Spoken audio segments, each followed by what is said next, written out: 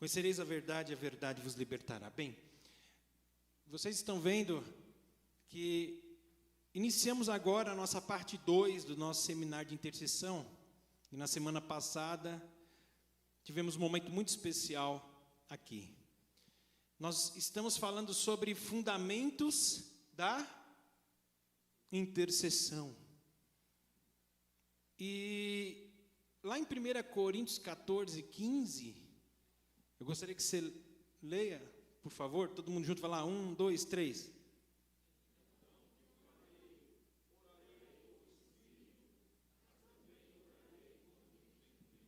Diga orar com entendimento. É fundamental, indispensável, que você domine. Se há algo que o Espírito Santo deseja nesses dias, que você entenda, seja sobre a oração, sobre intercessão. Ele deseja, ele tem esse propósito. Esse seminário é uma resposta a uma direção, uma iniciativa do Espírito Santo. A vontade dele. Por que você está aqui? Você está aqui porque você foi recrutado, eleito, selecionado pelo Espírito de Deus, como um desses intercessores desta geração. A geração que ora, ela é verdadeiramente o fruto da geração passada. A geração que orou no passado, a geração que pagou um preço no passado, a geração de homens e mulheres de Deus, que já trilharam um grande caminho e uma jornada, e semearam coisas que nós estamos colhendo. Então, a geração que ora é o verdadeiro fruto da geração passada, e a geração que ora hoje é a verdadeira herança para a próxima geração. São as nossas orações e o fruto do trabalho, e o trabalho que é fruto das nossas orações, que vai deixar legados, que vai deixar colheitas, que vai construir bases sólidas para a futura geração. A geração que não ora, ela não vive o resultado da geração passada e ela não forma herança para a geração futura. Vou repetir, a oração que não, a geração, porque passaram muitas gerações na terra, viu? Muitas gerações. Sim ou não? Desde Cristo até hoje, muitas gerações. Algumas foram gerações que realmente foram relevantes para a sua época, outras acabaram. Sempre Deus teve homens e mulheres dele. Sempre Deus teve um grupo. Deus sempre reservou pessoas para ele. Mas gerações que passaram poderiam ter sido muito mais relevantes para a sua própria época. As que oraram foram relevantes. As que não oraram, não foram. Então nós precisamos de entendimento. Precisamos do que, igreja? Entendimento. O texto base do nosso seminário é Mateus, capítulo 6, dos 5 ao 15. Peço que você abra a tua Bíblia neste endereço para a gente poder ler essa palavra.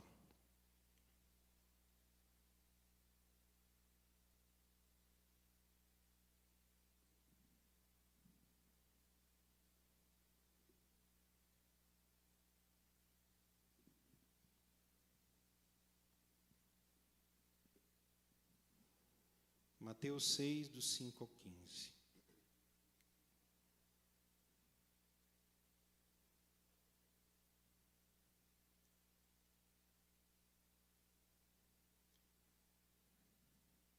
Vou ler. E quando orardes, não sereis como os hipócritas, porque gostam de orar em pé, nas sinagogas e nos cantos das praças, para serem vistos dos homens. Em verdade vos digo que eles já receberam a recompensa. Tu, porém, quando orares, entra no teu quarto, e fechada a tua porta, orarás a teu Pai, que está em secreto. E teu Pai, que vem em secreto, te recompensará.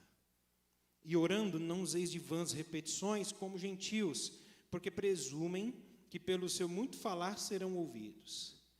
Não vos assemelheis, pois, a eles, porque Deus, o vosso Pai, sabe o de que tendes necessidade, antes que lhe o peçais. Portanto, vós orareis assim: Pai nosso, que estás nos céus, santificado seja o teu nome. Venha o teu reino. Faça-se a tua vontade, assim na terra como no céu. O pão nosso de cada dia, dá-nos hoje, e perdoa-nos as nossas dívidas, assim como nós temos perdoado aos nossos devedores. E não nos deixes cair em tentação, mas livra-nos do mal, pois teu é o reino e o poder e a glória para sempre. Amém. Porque se perdoardes aos homens as suas ofensas, também vosso Pai Celeste vos perdoará. Se, porém, não perdoardes aos homens as suas ofensas, tampouco vosso Pai vos perdoará as vossas ofensas. Diga amém. Os fundamentos que nós estudamos na parte 1, na semana passada, foram estes 5 fundamentos. Pode ler.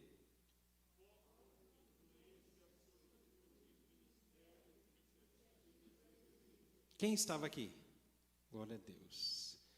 Quem não estava aqui? Amém. Vocês podem assistir depois no canal da igreja.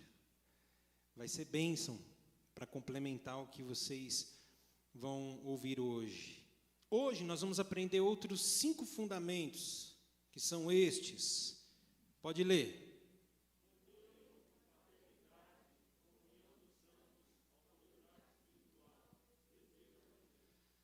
Aleluia.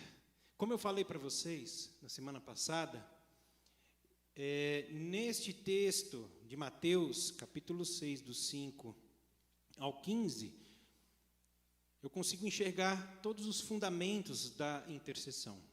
E estou usando de forma temática para trazer para vocês, não exatamente na sua ordem de importância, mas na ordem que aparece no texto. Amém? O primeiro qual é? Modelo. Todos esses 5 que acabamos de falar, que nós vamos estudar hoje, eles estão em Mateus capítulo 6, em 2 versículos. No 9 e no 10. Eu li, agora eu vou pedir para que vocês leiam. Vai lá.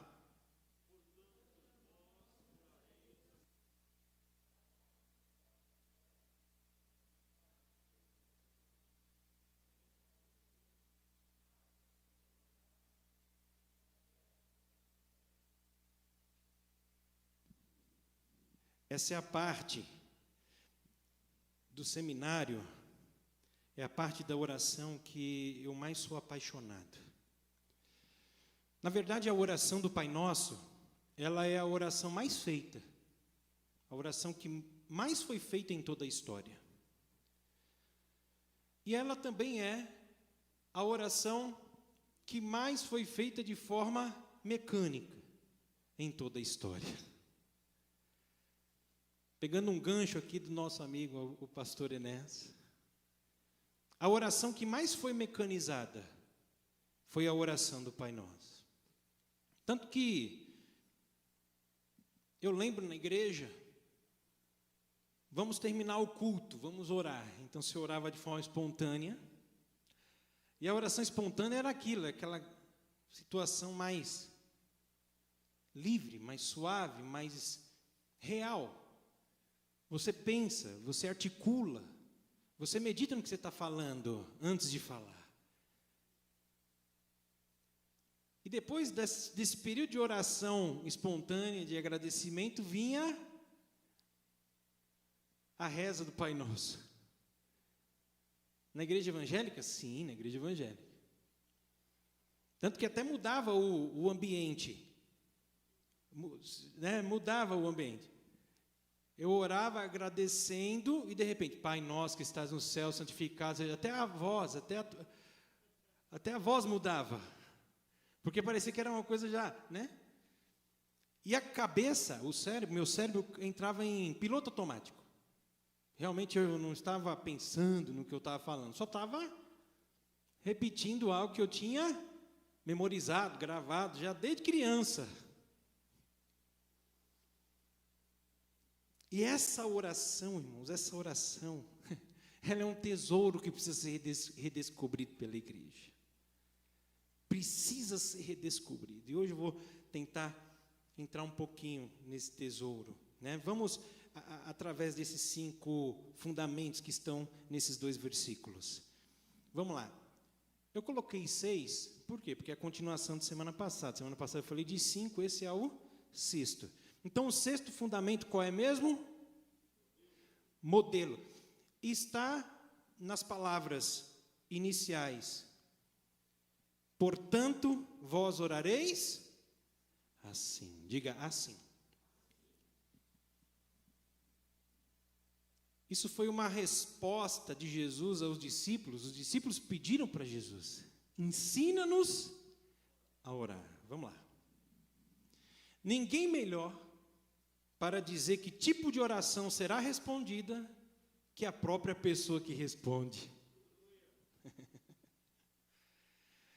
Jesus estava dizendo: se vocês orarem o que eu vou lhes ensinar, a resposta é sim, antes mesmo de começarem a oração. A gente às vezes pensa, para muitos é um dilema: que tipo de oração Deus responde? Quais as palavras que eu vou usar? Quais tópicos eu vou mencionar? O conteúdo da minha oração, para que Deus ouça e, sim, já atenda de imediato. Já libere aquilo que está sendo solicitado a Deus. Pois o próprio Deus já deu a receita. O próprio Deus que responde, o Deus Filho, deixou claro, Ele próprio, qual é o tipo de oração que Ele, o Pai e o Espírito Santo vão responder. Já tem a resposta sim, antes de você fazer essa oração.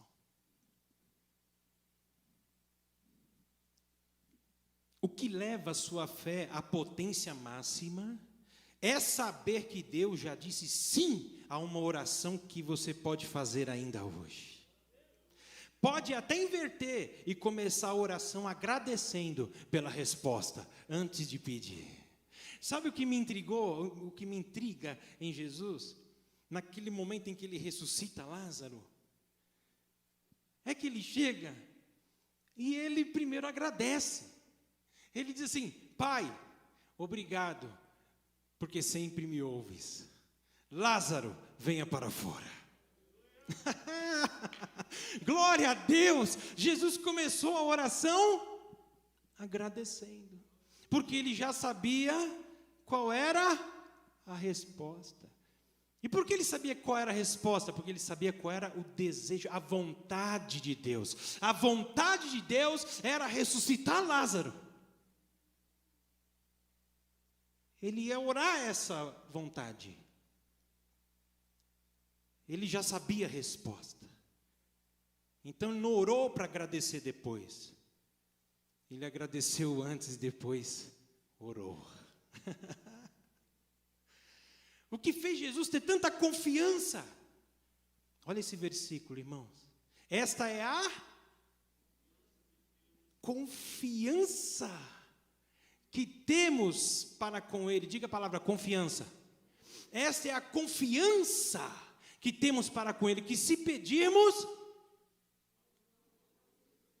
alguma coisa segundo a sua vontade, Ele nos ouve. Bendito seja o nome do Senhor. 1 João 5,14. Confiança. Existe aquele que vai orar e não tem confiança. E existe aquele que vai orar com confiança. Nunca mais ore sem confiança. A partir de hoje, se você for orar e sentir, perceber que o seu coração, sua mente está em uma atitude que não é de confiança, primeiro submeta sua mente à palavra de Deus. Submeta sua mente a um modelo de oração ensinado por Jesus. Alinhe. Tenha consciência de que aquilo que você vai pedir está de acordo com a palavra. É segundo a vontade. Está expresso. é vontade explícita na palavra ou implícita revelada pelo Espírito. Então ore, e ore com confiança. Essa é a confiança que temos para com Ele. A forma certeira de ser respondido por Deus é orar a sua palavra. Utilize os modelos de oração das Escrituras para aprender a interceder e turbinar sua fé e sua vida de oração. Você conhece os modelos de oração da palavra? Este é um deles, que eu vou ensinar agora para vocês. Os princípios, os fundamentos. Mas existem outros vários modelos. Os modelos que eu mais gosto é a oração de Jabes. Ó que me abençoes e me alargues as fronteiras, e que seja comigo a tua mão, e que me preserve de todo mal, de modo que não me sobrevenha nenhuma aflição. E a Bíblia diz, e Deus lhe respondeu o seu pedido, a sua oração. Oração que Deus responde. Faça orações que já foram respondidas na Bíblia. Aprenda a fazer por você, pela sua família, pela sua igreja, pelo corpo de Cristo, pela nossa sociedade, orações que já foram respondidas na Bíblia. Modelos de oração. Até as bênçãos, a bênção de Moisés, ou a bênção de Arão, né? Alguns dizem que é de Moisés, de Arão. Ó que me abençoes e me guarde, que o Senhor abençoe e guarde. Que o Senhor exalte o teu rosto sobre vocês e tenha misericórdia de vocês, que sobre a sua vida o Senhor resplandeça a sua face e lhe dê a paz. Orar conduzido pela palavra de Deus é aquilo que é a base da nossa confiança. Então, o primeiro ponto é modelo. O segundo, quer dizer, o sétimo. O sétimo, qual é? Paternidade. Aqui entra a própria oração. Diga, Pai. Oh, eu gostei tanto do solo sermônico. O Espírito Santo fez uma surpresa. O Espírito Santo é tão rico nos seus detalhes. Deus seja louvado. Pai, vamos mergulhar nesse fundamento. Jesus revolucionou a forma de tratar Deus. A religião judaica não estava preparada para tal ousadia. Ninguém iniciava uma oração chamando Deus de forma tão íntima. Como esse Jesus ousa ignorar os pronomes de tratamento ao se aproximar de Deus? E transforma algo tão formal em algo tão informal. Irmãos, a religião, ela se utiliza de todo um protocolo para se aproximar de Deus. Eu falei de protocolo semana passada, estou falando agora, eu não sou contra protocolo, viu? Protocolo é bom, na verdade. Protocolo é uma daquelas palavras neutras, que pode ser usado tanto positivamente quanto negativamente. Assim como o sistema. Tem pessoas que ficam pregando contra o sistema. Eu gostaria de saber que sistema é esse. Porque a palavra sistema, ela é neutra. Tudo tem sistema. E se não tiver sistema, não tem organização. A própria organização é um sistema. Se você tem um computador, é porque você tem um hardware e um software, que todos eles têm sistemas para funcionar. O sistema, ele é funcional. Então, assim, tem sistema que é bom e sistema que não é bom. Então, é neutro. A religião colocou protocolos para se aproximar de Deus por causa de toda aquela visão transcendental de Deus. Aí Jesus vem e ele modifica isso. A religião judaica não estava preparada. Alguém chamar Deus de forma tão íntima, já começar a oração falando isso. A primeira palavra da oração é Pai. Meu Deus, que coisa linda. E eu você depois pode estudar também, as orações que Jesus faz, é sempre assim. Pai Santo, Pai Justo, mas sempre Pai. Ele simplesmente trocou todos os pronomes de tratamento. O protocolo religioso. Algo tão formal se tornou informal, como dentro de casa. Meu filho e minha filha chegam e me chamam de apóstolo, de pastor, de pai. E é exatamente como eu quero ser chamado por eles. Não podemos ignorar como Deus gosta de ser chamado. Vamos lá? Irmão, além de Jesus, Ele mesmo ignorar toda a formalidade de se tratar com Deus, o pior, Jesus ensinava todas as pessoas a fazerem o mesmo. Porque aqui Ele estava ensinando a orar. Vocês orarão assim. Ele não está falando, não é só eu que chamo Ele de Pai. Vocês vão orar assim. Com esta atitude, Jesus estava dizendo duas coisas. Primeiro, esse privilégio indescritível de tratá-lo como Pai, não é só para mim. Eu não sou egoísta. Eu vim para nivelar vocês, para trazer vocês como filhos, para serem herdeiro do Pai, co-herdeiro comigo, com o Filho, para tratá-lo como Pai. Eu estou autorizando vocês a tratá-lo dessa forma. Isso é tremendo. Porque eu fico pensando, irmãos, eu tive um tratamento com meu pai, eu chamava ele de pai, e quando chegava qualquer outra pessoa que se sentia um pouco mais de intimidade, e de repente usava essa palavra pai, para o meu pai, eu achava meio estranho.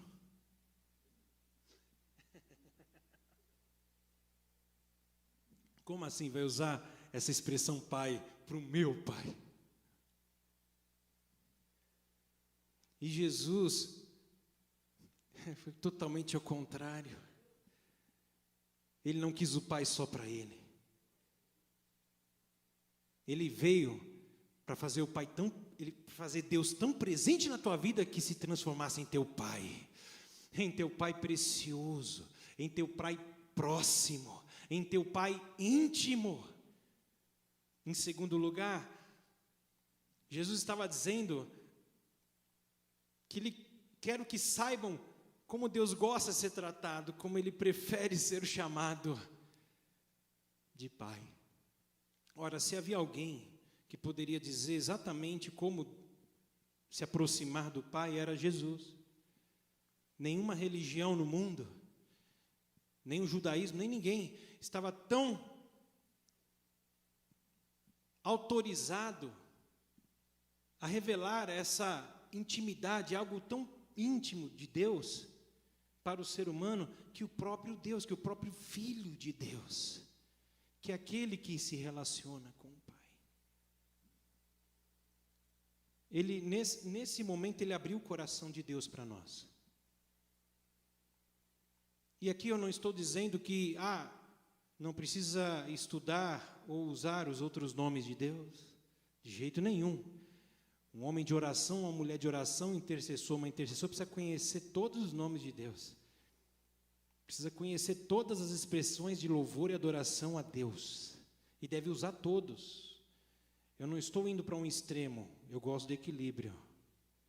O equilíbrio é o caminho da sabedoria. Fala amém, irmãos? Caminho da sabedoria. Mas o jeito como Deus gosta de ser chamado, como Ele gosta que você chegue na presença dEle e o chame, foi como Jesus ensinou. Pai. Aleluia. Não tente suprir no homem, agora eu vou fazer uma advertência interessante. Não tente suprir no homem, seja quem for, sua carência de Deus como Pai. Nem Jesus ousou falar que ele era um pai para os seus discípulos. Ele é o caminho para o Pai.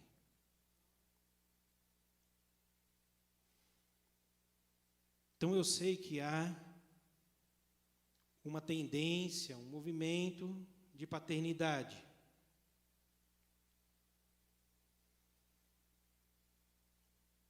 Bom, desde que desde que os líderes não usurpem a paternidade de Deus, para começar. Se Jesus é o caminho para o Pai, eu, no máximo, sou uma placa de sinalização no meio desse caminho para o Pai também. Nenhum homem na terra, irmãos, consegue suprir a sua carência, a carência das pessoas, da paternidade de Deus. Nenhum líder, nenhum homem. É interessante que se tinha alguém que poderia introduzir essa ideia de paternidade, dele ser como um pai para os discípulos, era Jesus. Mas Jesus, você não vê Jesus usar essa expressão. Ele não quer formar ninguém numa paternidade que ele não tem. É na paternidade do Pai. Ah, mas Paulo não usou essa expressão, lhes trato como filhos. O pressuposto de comparativo de Paulo da paternidade naquela época é diferente dessa.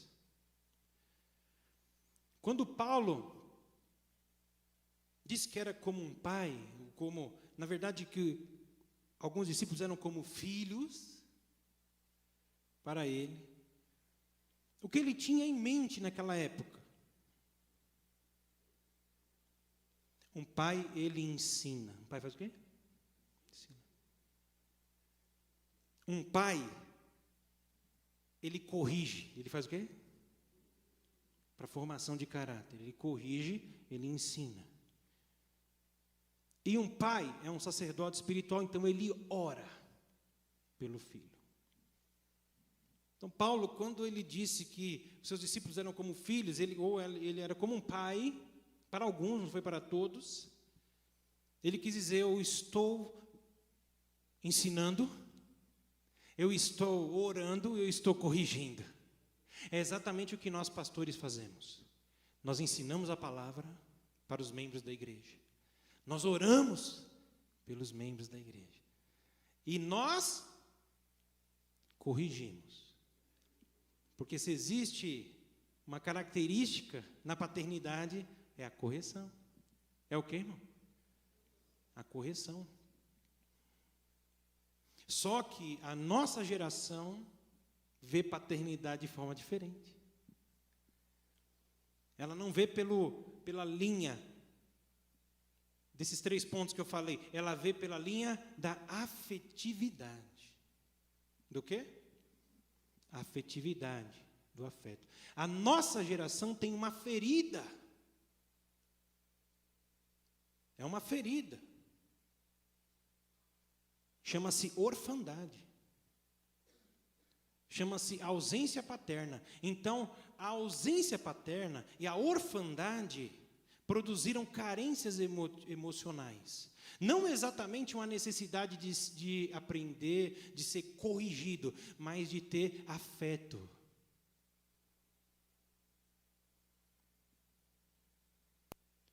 E é aí que entra a grande questão. Paulo não tinha filhos biológicos. Para você ver como ele não comparou literalmente. Ele não poderia fazer isso. Só sabe o que é paternidade? Quem é pai biológico. Quem é pai o quê? Biológico. Para os meus filhos biológicos, eu consigo dar também toda essa afetividade que eles necessitam, esse carinho, esse abraço, esse toque, esse amor, essa presença. Essa o quê? Porque a ferida da orfandade no Brasil chama-se ausência. ausência paterna. Para mim, pai tem um sinônimo: presença. Qual é o sinônimo? Presença. Então, se eu falo, agora eu sou o pai de vocês, agora eu tenho paternidade sobre vocês. Primeiro,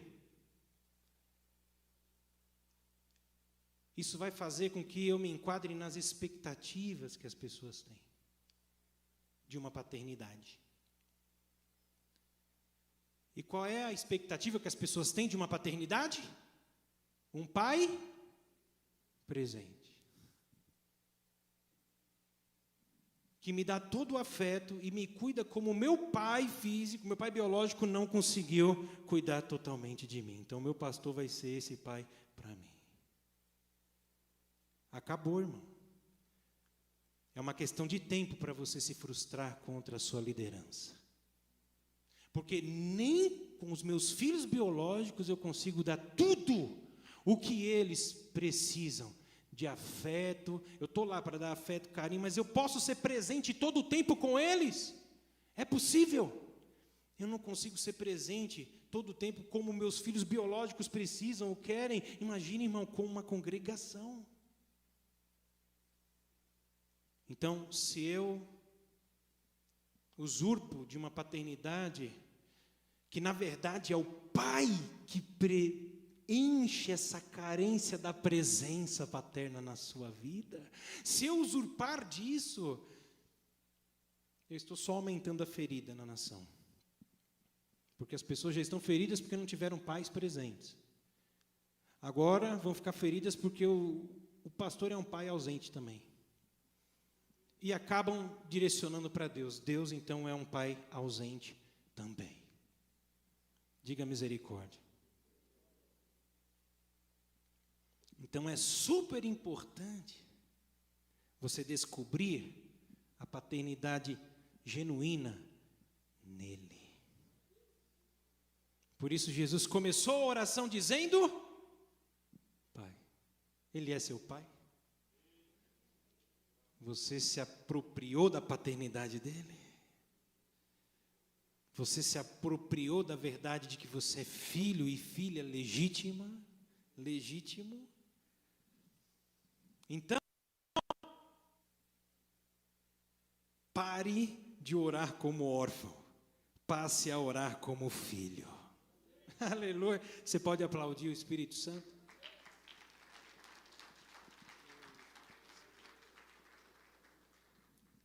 Orar como filho. Oitavo, comunhão dos santos. Então a oração começa com a palavra Pai e depois nosso. Por que nosso? Vamos ver. A oração do Pai Nosso não é feita no singular, ela é feita no plural.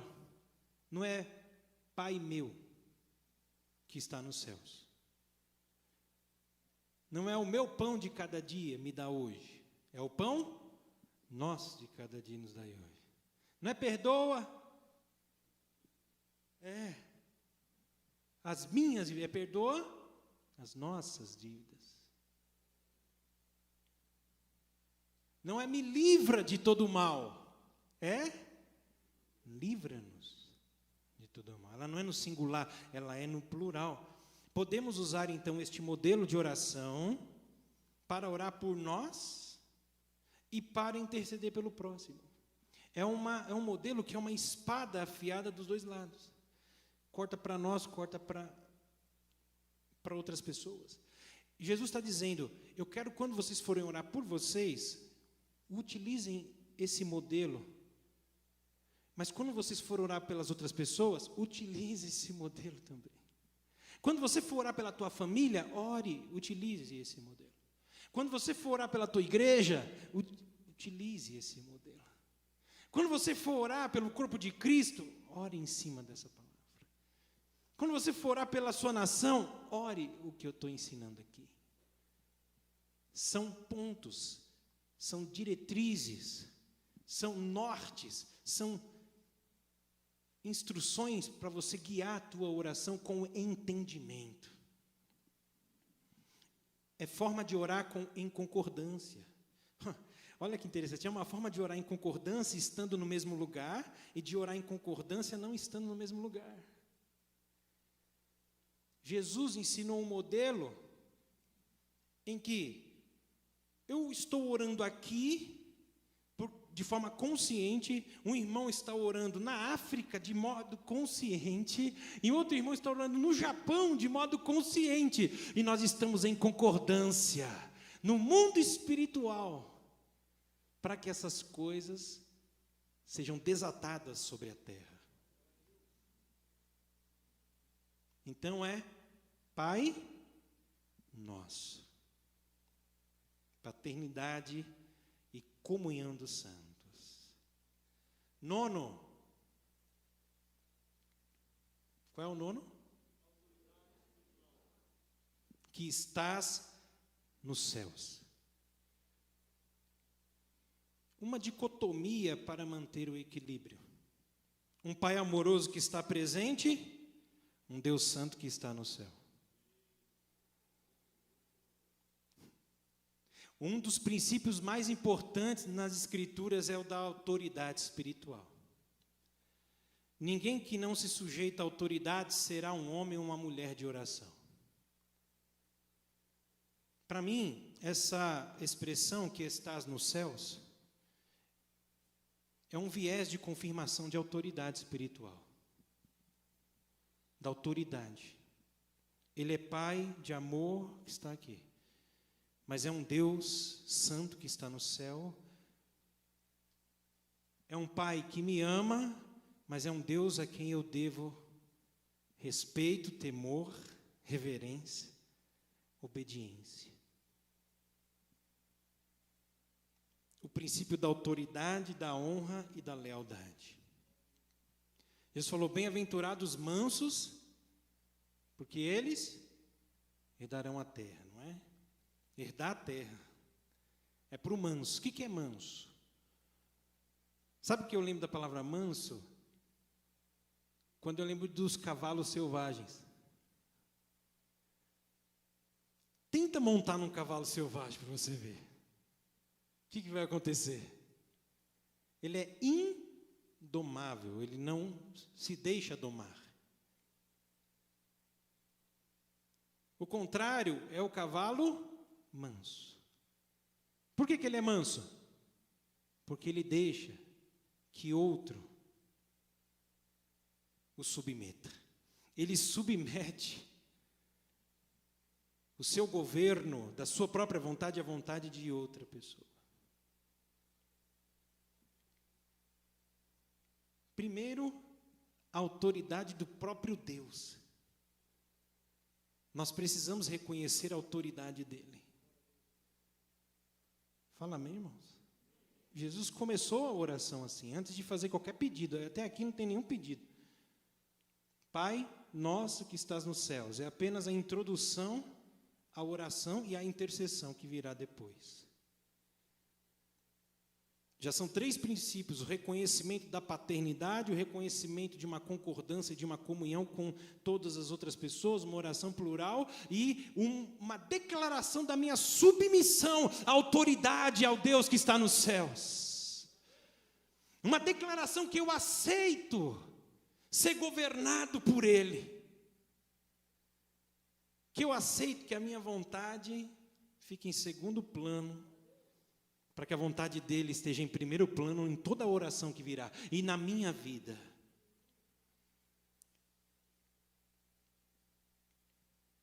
A autoridade de Deus é uma só. É o quê? E está presente no mundo de 2 formas.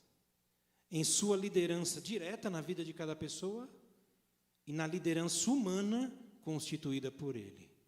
Romanos 13, 1 e 2. Toda autoridade constituída por Deus. Se você tiver qualquer reclamação contra uma liderança, que tal ir direto reclamar com quem a constituiu? Porque falar mal da liderança para outras pessoas é falar mal de Deus indiretamente. Porque se Ele que constituiu, E eu estou falando mal de alguém que ele constituiu. Eu sei que é um ponto polêmico, mas eu não estou aqui para cancelar o teu senso crítico. O meu senso crítico e profético. A grande questão é que o meu irmão não pode fazer nada para mudar uma liderança. Por que eu vou reclamar com ele? Se eu for reclamar, eu vou reclamar com quem pode mudar.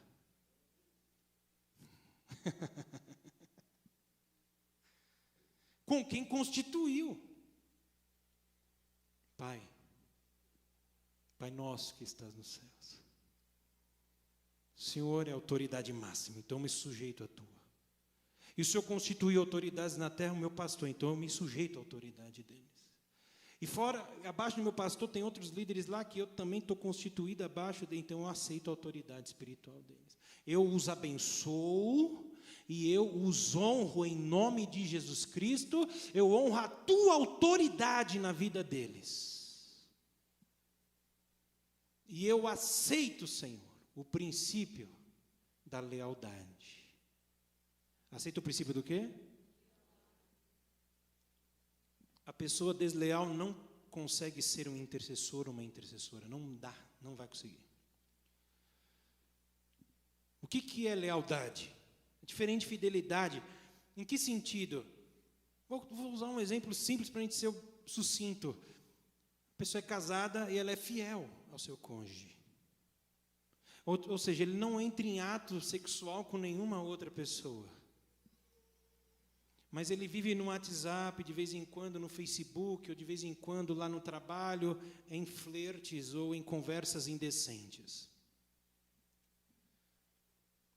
Ele não consumou o ato do adultério, mas no coração já cometeu. Então ele pode não ser considerado infiel, mas ele é desleal.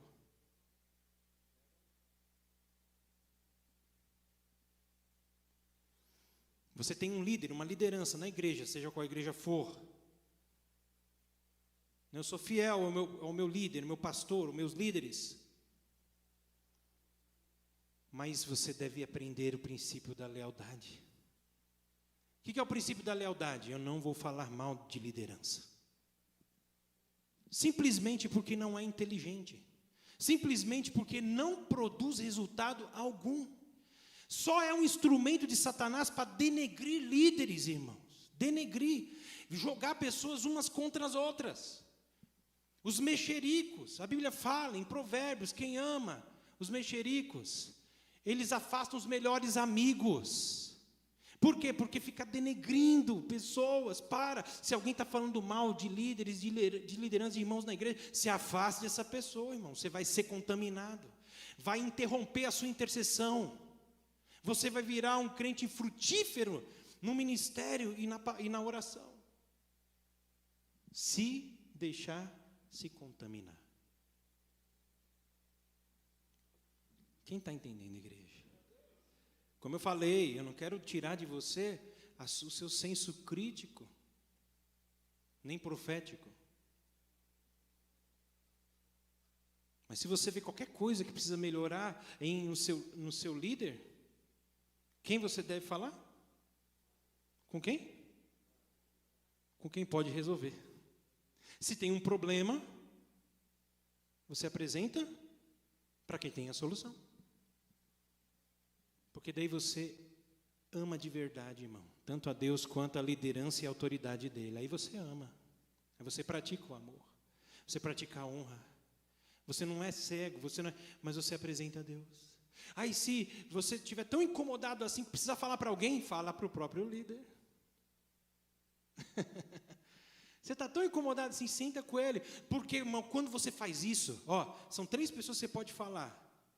3 pessoas que você pode falar de alguma situação que você está vendo que precisa melhorar na vida de um líder. Primeiro, Deus. Segundo, o próprio líder. E o terceiro, que não deveria, para outras pessoas. Usa esse filtro. Primeiro, Deus. Por quê? Porque você pode estar muito enganado. Você pode estar precipitado. Você pode estar equivocado.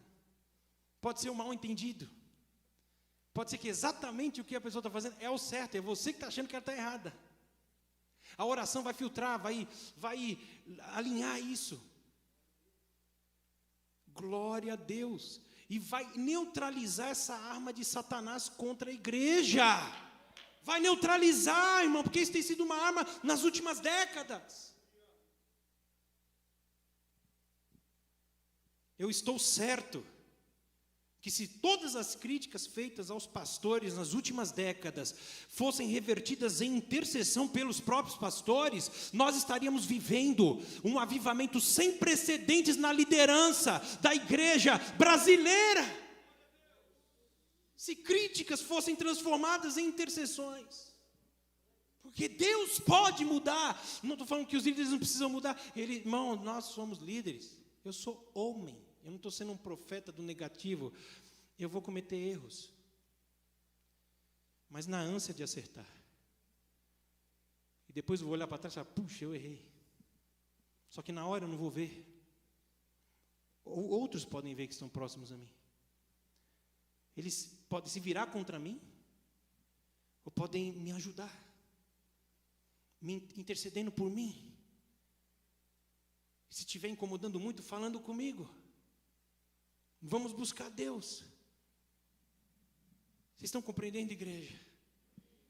Mas Satanás tem tido um trunfo nas mãos nas últimas décadas. Na igreja brasileira. Se afaste, irmão. É intercessão. Pai nosso que estás nos céus. A autoridade dele. A autoridade constituída por ele. Aleluia. Você quer ser um intercessor? Um homem, uma mulher de oração, uma intercessora? Esse é o caminho. Esse é o caminho para a sua intercessão não ser interrompida. E último, para a gente orar, o 10º fundamento, desejo ardente. Esse é o que mais me empolga. Eu oro para que o Espírito Santo me ajude a não atrapalhar ele na comunicação disso daqui. Santificado seja o teu nome. Venha o teu reino. Faça-se a tua vontade. Assim na terra como nos céus. A intercessão, agora eu vou começar a falar de intercessão. A intercessão, ela tem uma linha de ataque e ela tem uma linha de defesa. Diga, linha de ataque, linha de defesa. A oração do Pai Nosso, ela é dividida nisso. Pai Nosso que estás nos céus, é a introdução, a aproximação. Depois vem a linha de ataque. A linha de ataque é exatamente esses 3 pontos. Olha ali, ó. A linha de ataque resume-se neste triplo fundamento. Leia.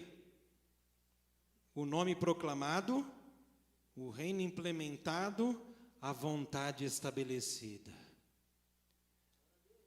Exatamente o que Jesus veio fazer. Essas 3 coisas é exatamente o que Jesus veio fazer na terra. E ele está dizendo, vocês vão, através da oração, dar continuidade à obra que eu comecei. Eu vou transformar a minha missão, porque eu vim para santificar o nome de Deus em toda a terra. Eu vim para implementar o reino de Deus. E eu vim para que a vontade dele seja feita na terra, assim como é feita nos céus. Então eu estou enviando vocês em intercessão e oração para dar continuidade àquilo que eu vim fazer na terra. A sua oração vai fazer. Eu coloquei aqui alguns exemplos para a gente entender a questão da linha de ataque na intercessão e a linha de defesa. Sabe que as forças armadas de Israel, elas são poderosas.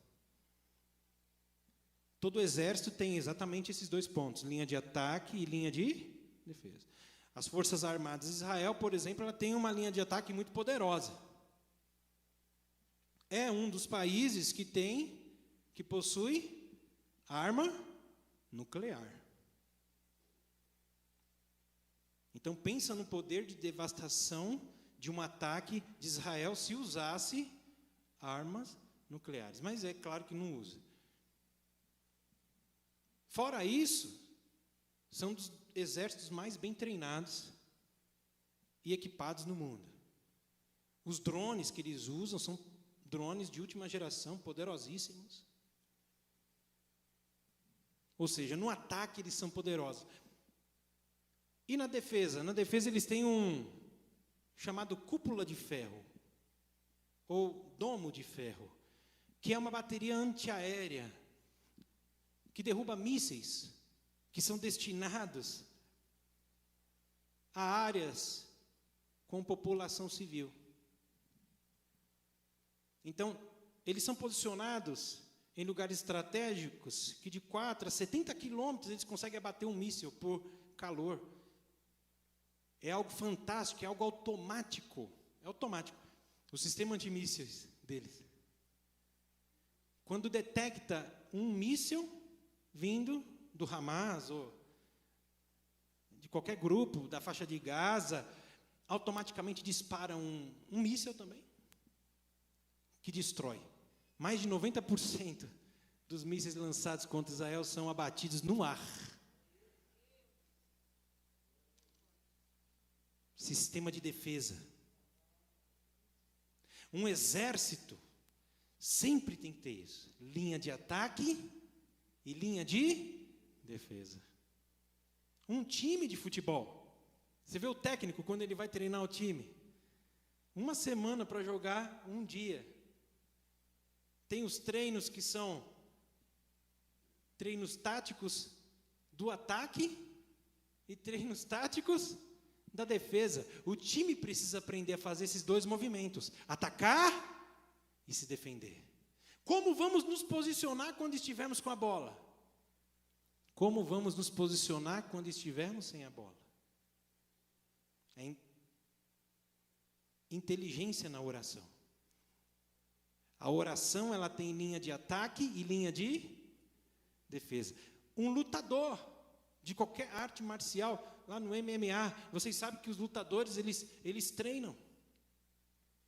Muitos se preparam, treino físico, mas o treino tático, ele é fundamental. E o treino tático, ele é guiado exatamente por esse norte. Técnicas de defesa e técnicas de ataque. Quem é o melhor lutador? O que domina melhor os dois fundamentos. Quem é o melhor time? O que domina melhor os dois fundamentos. Quem é o melhor exército? O que domina melhor os dois fundamentos. Ataque e defesa. Mas nós vamos falar sobre a linha de ataque um pouquinho, que se resume nesse triplo fundamento. Isso daqui, irmãos, quando a igreja intercede nessas direções, o reino de Deus está avançando na terra. Antes de irmos para o fundamento do desejo ardente, que é esse ponto, é importantíssimo entender que Jesus nunca lhe ensinaria a pedir algo desnecessariamente. Existem orações que não precisam ser feitas porque é óbvio que aquilo acontecerá. A próxima estação climática. Você já viu algum crente orar? Oh, Senhor, o inverno está muito íngreme, está muito forte, está muito rígido. Manda logo a primavera, Senhor. Por que ninguém pede a próxima estação? Porque é óbvio que acontecerá no tempo certo, sem oração. O nascer do sol no próximo dia. Você já viu algum crente ir dormir ansioso? Meu Deus, será que o sol? Será que o dia vai amanhecer amanhã? E pedir isso para Deus, não se pede aquilo que automaticamente você sabe que vai acontecer. Vou repetir, a gente não pede aquilo que já sabemos que automaticamente já vai acontecer. O recebimento do próximo salário. Você que tem carteira assinada, CLT, tudo, contrato, você pede para Deus? Ô, Senhor, abençoa para o meu próximo salário ser liberado. Só tiver algum problema. Você não pede, porque você sabe que automaticamente você vai receber. Irmão, Jesus é muito inteligente. Ele nunca ia falar para a gente pedir alguma coisa que automaticamente vai acontecer. Só que há crentes que acham que o nome de Deus automaticamente vai ser santificado na terra. Há crentes que acham que o reino de Deus automaticamente será implementado na terra. Há pessoas que acham que a vontade de Deus será automaticamente feita na terra.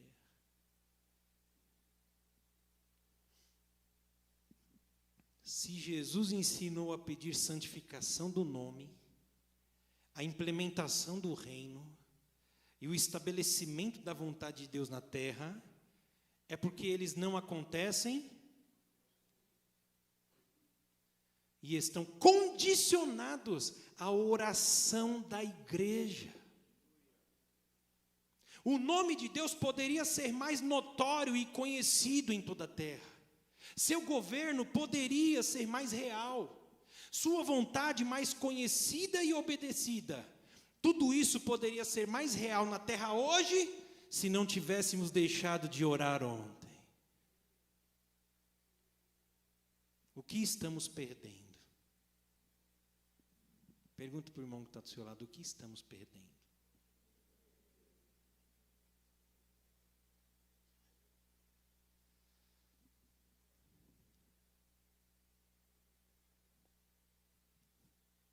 Esse é o princípio da intermediação humana. Está em toda a Bíblia. A única coisa que Deus fez diretamente, sem usar um homem, foi a criação. Depois, desde a criação até hoje, foi usando o homem. Ah, mas Deus, eu ouvi um testemunho de que uma pessoa lá no hospital foi curada, não tinha ninguém lá para orar por ele. Recebeu lá, Deus o visitou, o curou, falou com ele. Eu quero convidar você um dia para ir orar comigo no monte, só para ouvir as orações dos irmãos lá.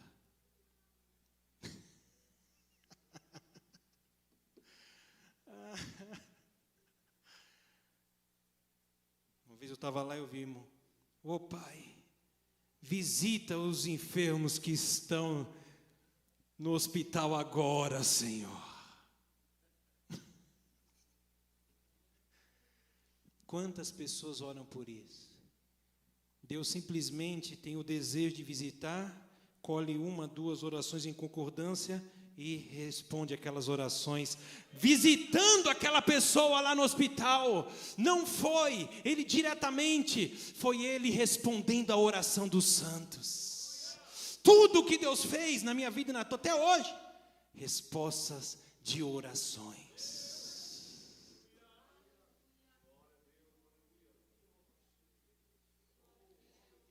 É por isso, irmãos, o que é santificar o nome de Deus?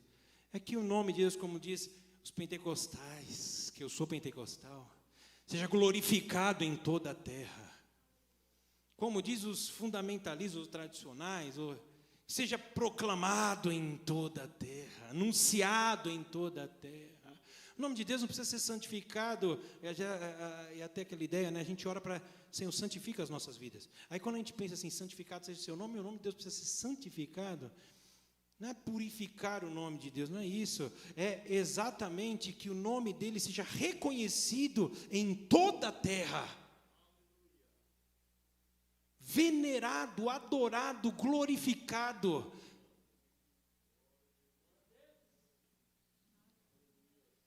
Irmãos,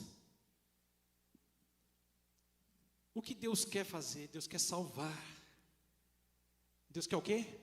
Salvar pessoas e transformá-las em filhos. Mas para isso o nome dele tem que ser santificado. Para isso o reino dele tem que ser implementado. Para isso a vontade dele tem que ser estabelecida. Então por isso que nós oramos segundo a direção dele.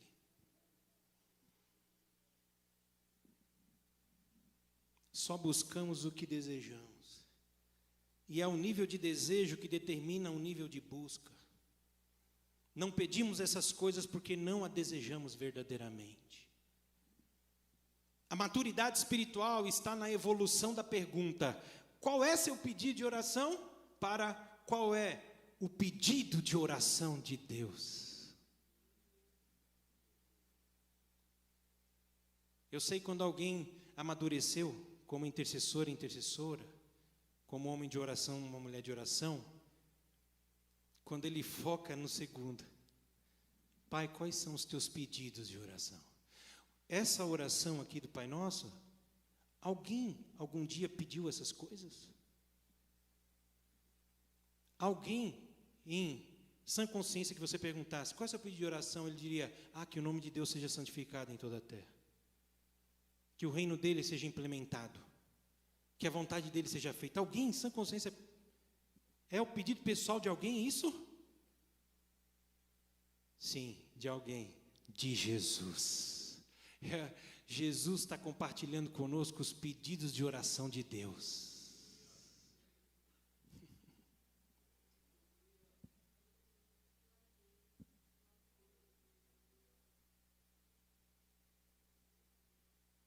Só que, irmãos, você e eu precisamos nos apaixonar por isso.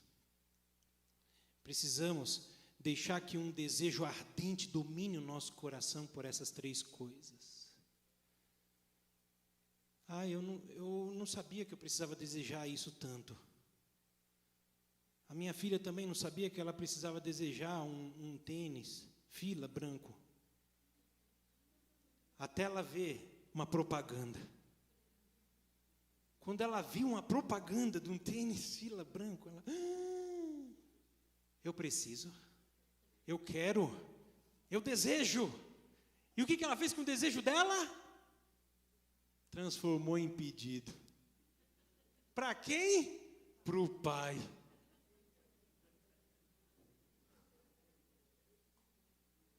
E quem é que tem um recurso? É o pai. E é difícil porque é uma perseverança que as crianças têm, não é? Bater e abrir-se vos a. Minha filha, olha, ela pratica essa palavra. Comigo. Um dia ela vai praticar com o Pai Celestial.